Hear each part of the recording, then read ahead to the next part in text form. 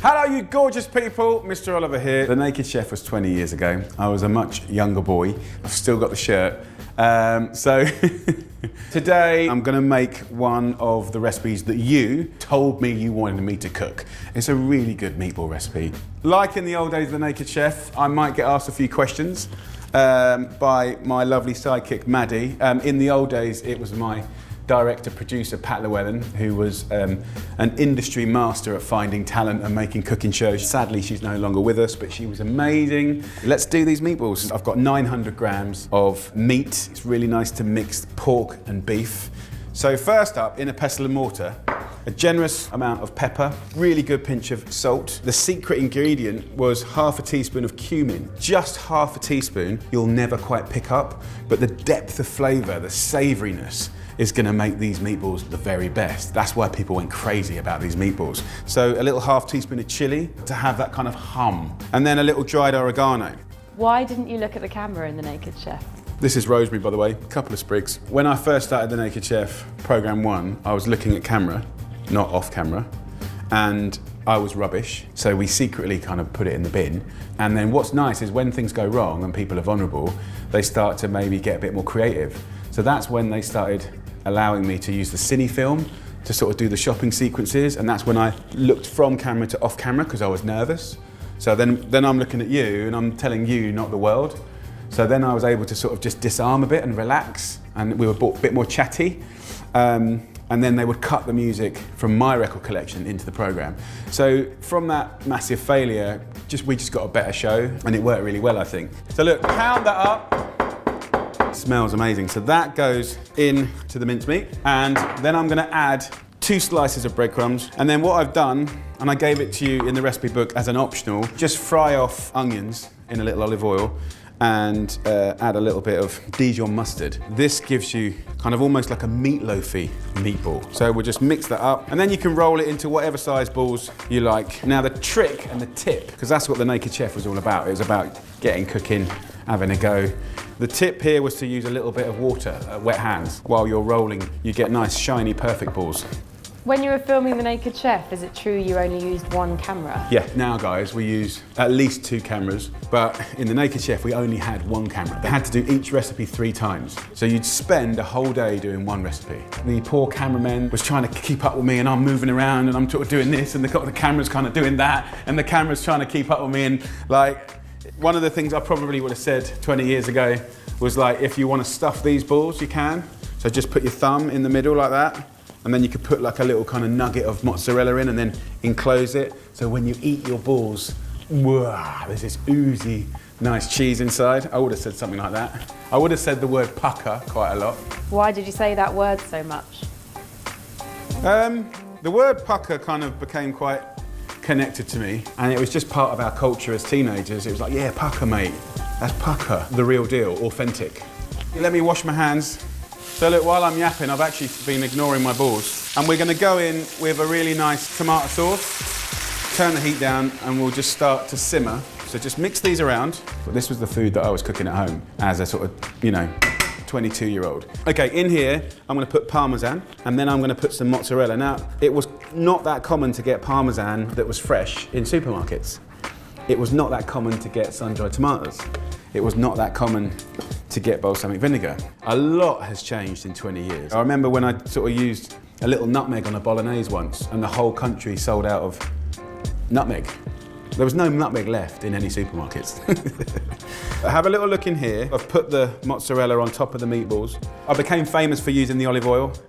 People loved the olive oil. A little basil, just tear it into the sauce. I'm gonna whack this in the oven for about probably half an hour, 20 minutes at 180. The mozzarella's gonna just kind of ooze over those incredible balls. They'll go a little bit golden, and they'll just finish cooking in the middle in that beautiful sauce. Let's go and check out these amazing meatballs. Come on. Look at this. Beautiful. An absolute classic. You can't knock it. Juicy, big, fat, tasty balls. Really nice. Just grab some of this sauce. We'll toss that with the pasta, and that's gonna be so tasty. Look at that. Hot and steamy, comfort food. Does the recipe stand up to time, 20 years? Definitely. Definitely. People still talk about this recipe now. Come on, let's get a ball on there. Yes. Just a little stroke of Parmesan cheese that will melt straight away. Come on. Oh, look at that. Really, really nice. Let's have a taste. I'm really pleased with that. One more question before I go. Is it pucker? It is definitely pucker. Definitely pucker. Cheers. See you in 20 years, right? I definitely won't be able to get the shirt on then. So I'm going to show you this technique of cooking in the bag that is really cool, really surprising. When you look at what's inside the bag and kind of flavors dripping down on the foods that you put together, it is a really clever thing. So let me show you how to do it. First up, get a nice sort of nearly a metre of good quality tin foil, fold it in half like that. So this is going to be your envelope. So think about that kind of like veggie or carbohydrate base. So I'm going to go in with some lovely butter beans. It could be any beans you want. Just a nice little portion there. I'm going to have some of this juice as well. It normally comes in a lovely stock.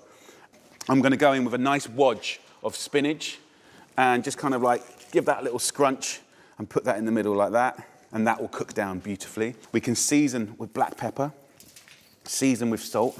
We can give it a little kiss of lovely olive oil. Any tinned or jarred beans loves a small little thimble of red wine vinegar or white wine vinegar. It really makes it delicious. At the same time, I've got the chicken over here. So I can just literally dump that chicken on there, happy days. If you want to, if you care, if you can be bothered, then we can create some texture. Come and have a little look at this. We can score this chicken about 1 centimetre deep. And as I'm going towards the thinner part, just go slightly thinner. And what you've done is create something that looks beautiful, so it's very, very appealing. But if you come in here, what we've done is create a surface area that does a couple of really key things. It allows the heat to get in there quicker, so it's going to cook more efficiently. It allows things like seasoning to get in there, so that could be herbs, it could be spice rubs, so it's going to taste better. You could take a herb, thyme. I've got some garlic here. So a little bit of garlic. So as I'm putting it together, I'm looking at any leftovers. I'm thinking about who it's for. So that's kind of what's beautiful about it. There's a bit of liquid that comes with the beans. That liquid is very important, right? You need steam in the story. So if I didn't have that liquid, I'd just add some water, I'd add some wine, I'd add some lemon juice, I'd add some stock, right? So that's kind of the vibe that we're getting into. I'll take a little bit of chili. Not so much that it's certainly not going to blow your head off or anything like that, but that little background kind of warmth that makes you salivate. When you salivate, you taste more. I hope you agree that if you look at that, it looks like someone cares about you, and that's the theory, right? But I'm a huge believer that the easiest way to love someone is through food. I'd rather a lovely meal cooked with love than anything else. So look, we've got some lemon, thinly cut. So all in all, I think this is a beautiful place to be. A little olive oil just to love it. I think that looks lovely. At this stage, I would seal it with egg wash. Like, you don't have to do this, but what the egg wash gives you, it's like glue, right? So just beat 3 eggs and have it for scrambled egg the next day. You're just stealing a little bit, right? So you don't have to waste anything. I hope that when you finish this video, you're like, I know exactly what I'm going to do, right? Then we're going to go around the edge and we're going to put the egg wash. We're not doing it for any pretentious chefy reasons. We just want a good seal.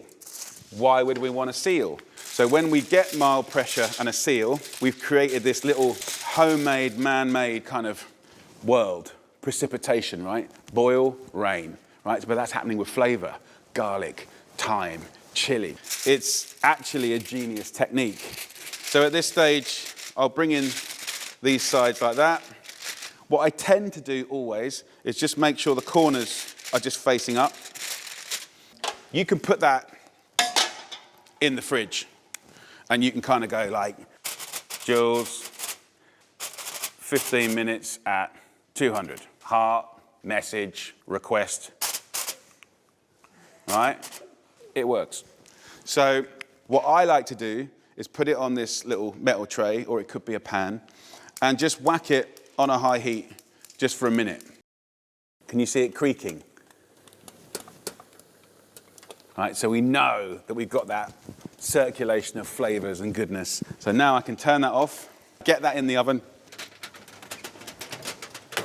So in it goes, 15 minutes, and then I'll let it rest for like 3 or 4 minutes, and then we'll rip it open, and I can't wait to show you. While that's cooking, please click the like button and give us some love, and don't forget to subscribe. Oh, and remember to turn on that notification bell so you know what's happening. Now, back to the recipe. So while that cooks in the oven, I just want to show you a couple more combinations. So I've got like a few little bits and pieces. You know, what I tend to do is just like riff off what I've got. So I've got a beautiful chunk of hake here. I can cook it, steam it, or I can do something really, really cool. So soy sauce, some fish sauce, some coconut milk. I've got some pre-cooked rice. Now, this is about convenience, because you're only going to cook it for like 15 minutes max, right? It's fish, it's very delicate. You don't want to have like raw rice. Just crumble out some of that pre-cooked rice. So the base of the rice is cool. I've got some little pak choy here, and I'm just going to lay that like this. It could be bok choy, it could be Brussels sprouts shredded, it could be purple sprouting broccoli, asparagus, like let your mind go wild. Let's have a little ferret around, see if we can find anything else. Got a little lonely courgette. I mean, I wasn't planning to put that in here, but again, like take a speed peeler, and you'll always get incredibly delicate vibes, whether it's a carrot or a courgette. Often, I don't know what I'm going to do exactly. I'm putting a combo together. You know, do you want something English, French? Do you want something Americana? This is the excitement of cooking. But ultimately, it's about caring. Thai paste, so a nice little spoon can go on like that. So I just steal a little bit of coconut milk, just a nice little swig. I'll use a spoon just to kind of smear it all around. So that's good. I'll put the fish skin side down. It smells amazing already. A little soy sauce. Fish sauce. Don't drop it on the floor. That won't help your marriage. Lime and these flavors are amazing. If I leave that half in here, that's kind of just like adding moisture, citrus moisture to this story as it cooks, so I kind of like that. I'll definitely go back to like chili vibes. Like, I don't want it to be hot, but I want it to kind of like have some kind of attitude. So we'll take these chilies and just sprinkle that over the top. Look at that, just beautiful colors. Herbs, you know, coriander, Thai basil, but you could use any basil. Again, you get like more of a pepperiness. And I'm kind of looking at it now, thinking I might just put a couple of tomatoes. Not classic in any way, but again, they just release just beautiful moisture. So that's it, guys. That's like the next combo. Don't really need too much salt. Let's have a pepper just because I can't help myself. Then we're back to the old realms of your egg. So I'll add a little bit more coconut milk because that rice is going to suck up some of that excess. I'll fold it over and repeat what I did. Centimetre fold. If you put that onto your tray and give that a minute on a gas hob, I reckon this will be done in 10 minutes. So let's say 220, 10 mins, big love from Big Dog. So this could go in the fridge, right? Let's get this out of the oven. Whether you're on your own, whether you're having a dinner party, like if you've got people turning up, you know, I've got kids and they turn up at different times from different clubs and they think the whole world revolves around them and they still want a good feed and they're hungry. So like you can just rattle it in the oven and you get this. If I listen, I can hear it like tss. So we don't want to overcook that chicken. So look, while that's resting, let's do the third combination. I'm going to use gnocchi, right? Pre-bought gnocchi. Of course, you can make fresh. I've got a recipe for that. So this is nice. Okay. These pre-bought ones are very convenient, and they're a bit bullety, right? So that's one of the downsides, because they've got flour in there. So we can kind of bring that back to life and make it delicious by this method of cooking, right? Really let that steam penetrate and make all these little pillows puff up. I've got some lovely tomatoes, classic combos. Cherry tomatoes. So it's really funny. I worked on a market stall. Like about 3 o'clock, generally you get the Greeks, the Italians, and anyone that's sort of like lived in a world where tomatoes are really important, and they'll buy the ripe ones, okay? Because they know what they're doing, okay? So follow what they do. And they're normally selling them off cheap at that time of the day as well. So you'll get a bargain and it will taste 10 times better. Right, we're gonna have a little bit chili, not too much. Arrabbiata vibes. Okay, nice. We like that. So chili, tomatoes, friends of tomatoes, olives, capers, anchovies, like classic Mediterranean vibes. Let's have a little bit of anchovy. And these tins are amazing. You get what you pay for. I can steal some of that oil. And I only want like 1 or 2 anchovies max. It's gonna taste really good. It's gonna season it, like give you a depth of flavor. Black olives, try and buy the ones with the little stones in. They're always better. So you don't need much, like 4 is more than enough. So this is it. Things like the olives, anchovies, and the capers, they're all preserved, right? So they're a little bit salty. So that's okay, we don't need to season this dish, because that is the salt. If you take like a tomato, just get a couple, squash it, right? And we get those juices out. That's like kind of the beginnings of the moisture, which will bring out that salt. I just use these basils.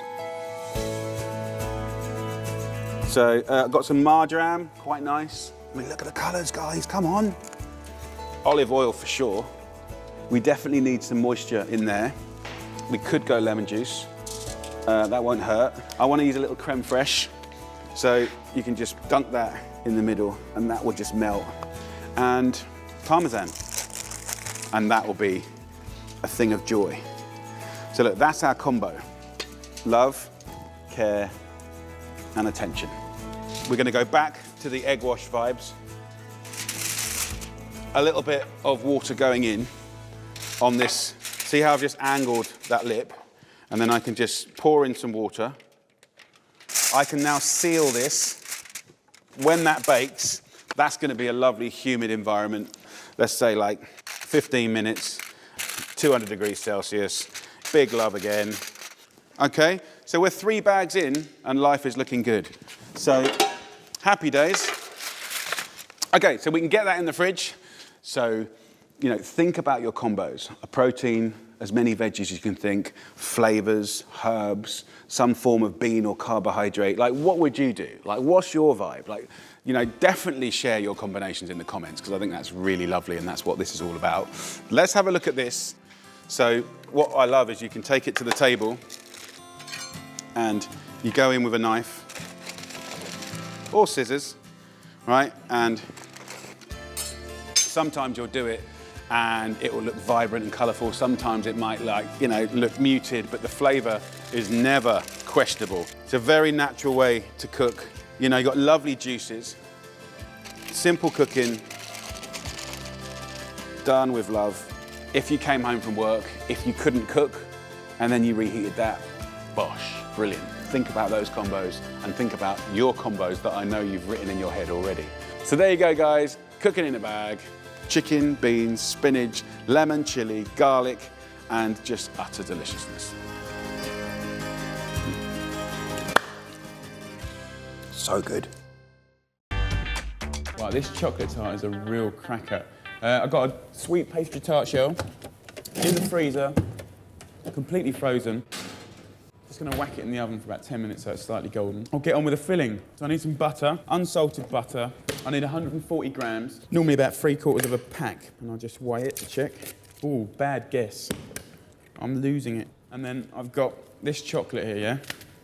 It's dark chocolate, it's 70% cocoa solids, so it's 150 grams of chocolate in there. And I need a pinch of salt in there. When I worked in France, I worked with this really good French patissier, and he always used to say to me, when you cook with chocolate, you must always put a little pinch of salt in there, and it brings out the flavour in the chocolate. And I was kind of a little bit oh yeah, mate, yeah, I'll believe you. But what he did was we made 2 batches of ganache up, which is like a chocolate base, and one with salt, one without, and it made all the difference. It really made it lovely, jubbly, and yummy. 8 levelish tablespoons of cocoa powder. So do you think chocolate tart is something you'd always make if you wanted to impress a girlfriend? Yeah, definitely. I think it's quite a romantic thing, you know, chocolate. I'm just going to put a little bit of water in a pot, put it on a little heat, let it melt slowly, give it a stir every couple of minutes. Butter, the chocolate, the cocoa, the salt, all mix up, be nice and shiny and lovely. That's basically the base of the cake, yeah, that's where all the flavour's at, that's where it's all happening. What we need to do now is get the other side of the cake, which is kind of the lift and the texture. And for that I've got 4 eggs, large, free range. Nice yellowy yolks, you know. Now I need to put 200 grams of sugar in that. Caster sugar, just whisk it up.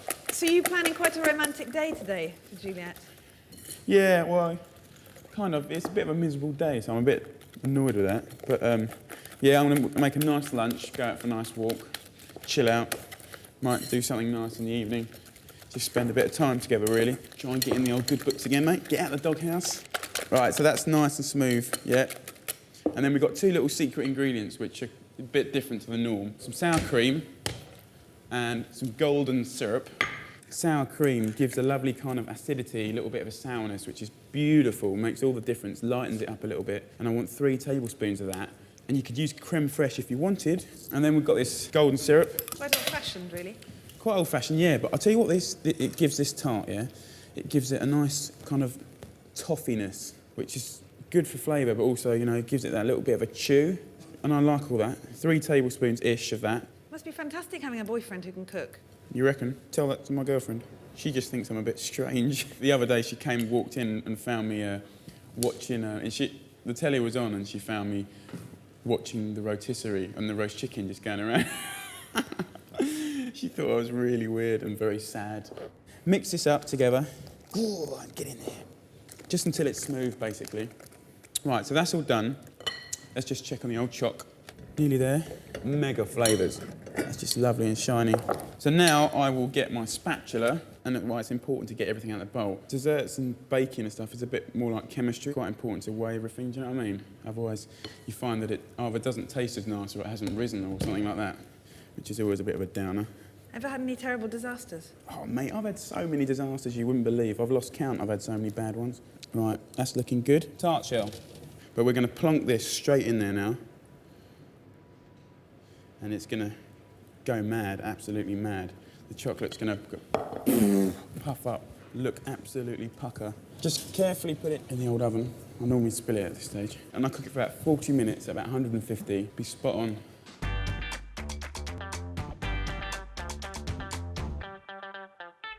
As far as comfort food's concerned, I reckon like fish pie's up there with the rude boys, do you know what I mean? I mean, it's just such a beautiful thing. I've chopped up some onion, I've got a carrot, I've sort of scraped and just finely sliced, really. Need some olive oil. I'm just going to fry off the onion and carrot. It needs a little bit of salt and pepper early on, I think, just to sort of get the flavours going. Right, in here, I've got 5 large potatoes that I've diced up. They take about 10 minutes to cook. They've been boiling for 2 minutes. I'm going to pop 2 organic eggs in.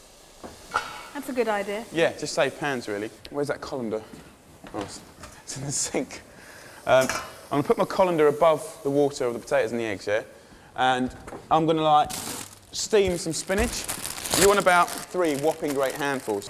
And that'll take about a minute to steam. What I'm going to do is make the sauce, yeah? It's a cream sauce. I want half a pint of cream.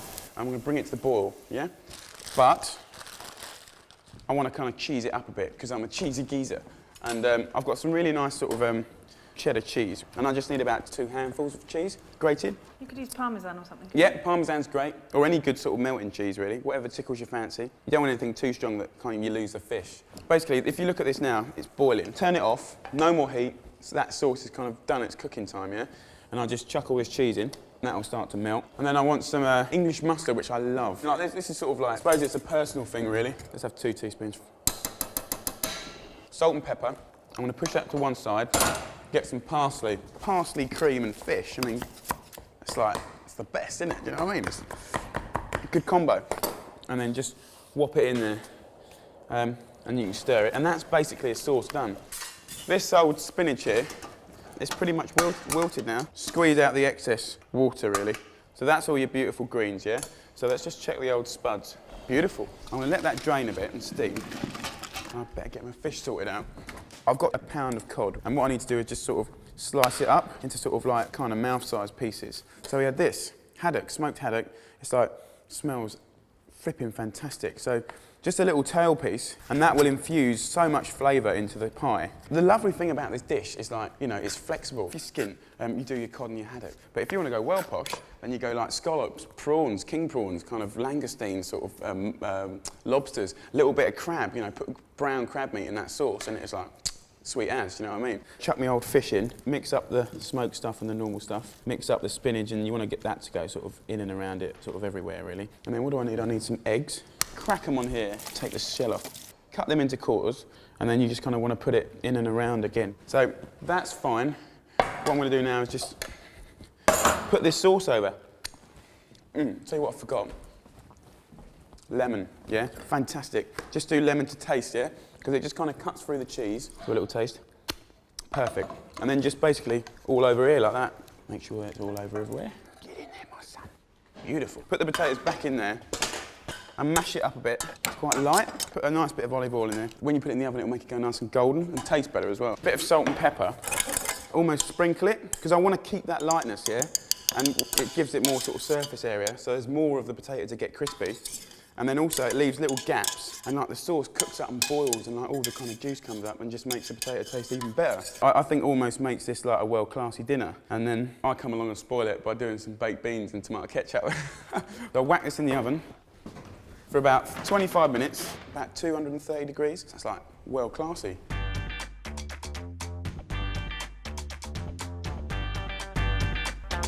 I really like roast lamb. I mean, I like roast anything, but I love roast lamb. And I do it quite often. I love it just with like mulled and sea salt over and roasted in the oven. That's lovely.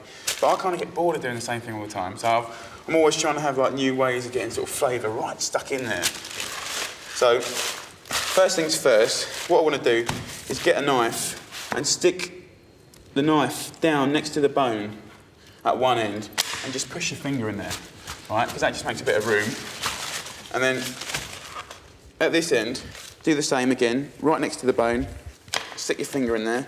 Then, in about sort of 8 places around the lamb, you want to get your knife about 1.5 inches, okay, and stick it in at an angle, okay, and then shove your hand in there, your finger in there. And just do that kind of randomly, but kind of equally. Let's do it on the other side as well. Lovely, so that's that done. Put that in the tray. Now we're talking about flavour, yeah? So what I'm going to do is I've got this sage here. I'm going to rip off just half of it, so it's just the leaves, and I'm going to keep that for later. And then this half, I'm going to put in the pestle and mortar with a clove of garlic. It seems a very simple thing to do. If you've got kind of chefs coming around, I'd expect you to do something incredibly posh and fussy, I suppose. Yeah, it's almost in their own time, they want to kind of be a little bit more sort of relaxed about it, do you know what I mean? So I know as long as I give them a really nice cooked piece of lamb, you know, they're going to be well chuffed on a glass of wine. They're going to be over the moon. So with this sage, salt and garlic, just smash it up. And that'll kind of get all the flavours really going. Yeah. All right, lovely. And leave the rest of the sage that you got left over whole. And then we're going to have some olive oil, about, 2-3 tablespoons, just to sort of, the oil will help the oils and the flavour and the leaves to come out. And some lemon juice, give it a little bit of that. Squeeze that in there. So you've got your lemon juice in there.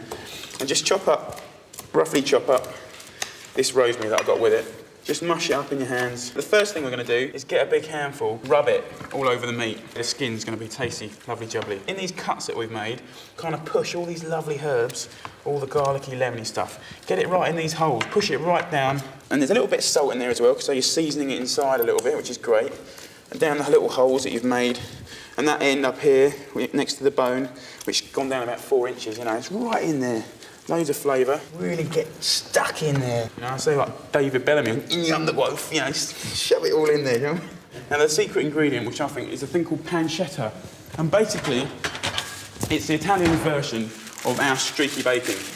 And all you need really is about 3 or 4 slices, thin old slices, and just shove it down the gaps, Where'd you get it from?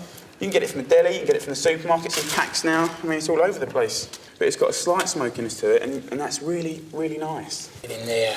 Lovely. So now we've done that, I'm just going to put a bit of salt on top. So it's nice to have a nice salty skin. And basically, that's it done. I know it's going to be really, really tasty. All we have to do now is take care of it in the cooking. So into a really, really hot oven, about 250, full whack. I'm going to get the leg of lamb, I'm going to put it straight onto the bars, right? And put the empty tin underneath to catch all the goodness and all the drips and all that kind of marmitey, lovely jubbly stuff. How long do you cook the lamb for? Well, I really like to cook the lamb so it's kind of pink, not bloody pink, but kind of pink. And to do that, I cook it for about 13 minutes per pound, and with an additional 20 minutes of cooking at the end of that. And then what the trick is then is to rest it